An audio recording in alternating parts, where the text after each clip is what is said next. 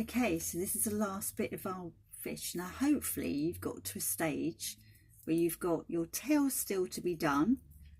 You've wound all the way down to your end.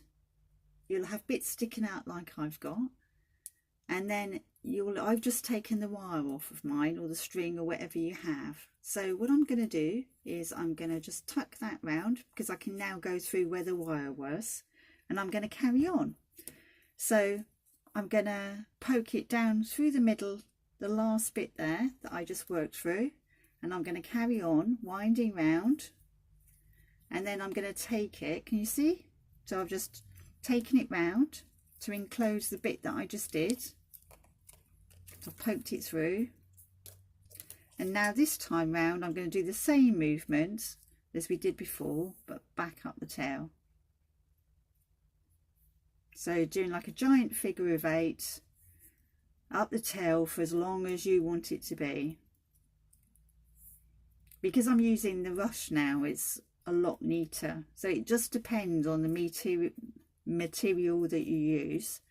So as you can see, the rushes are much neater than the rest of it, but that doesn't matter. It's all about having fun and playing around with the things you've been able to find. So like I did before, that's gone there, and I'm using some grass again. I'm just going to overlap, and this time round, as it's getting finer, I'm going to take it through a little way, poke it back down behind and push it through, and then I'm going to keep on going. So I've enclosed the last bit I did there, can you see? So I just overlapped it like that, and then I'm going to wrap round it and keep going, and I'm just going to keep on adding until I've decided the length of my tail.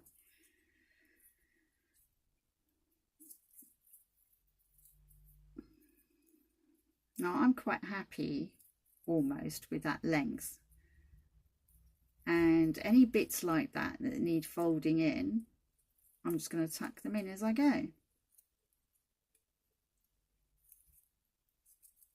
So can you see?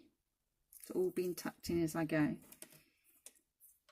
I've got one more final piece to use, because I think it just needs a little bit more.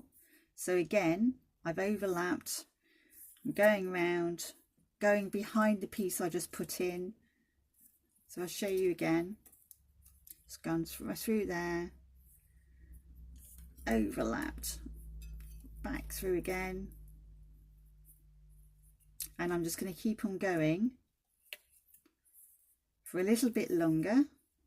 My tail end is getting very skinny now, as you see there,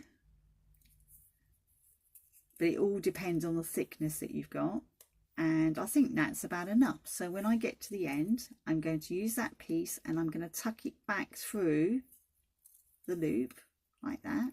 Can you see? Just show you again, I took it round and I tucked it back through the piece that I did before, and I'm going to go around and I'm going to tuck it back through again, so it's hopefully it should be reasonably secure. And if you've got a long piece, you can do that a couple of times. It just depends how big your piece is that you've left to tuck through.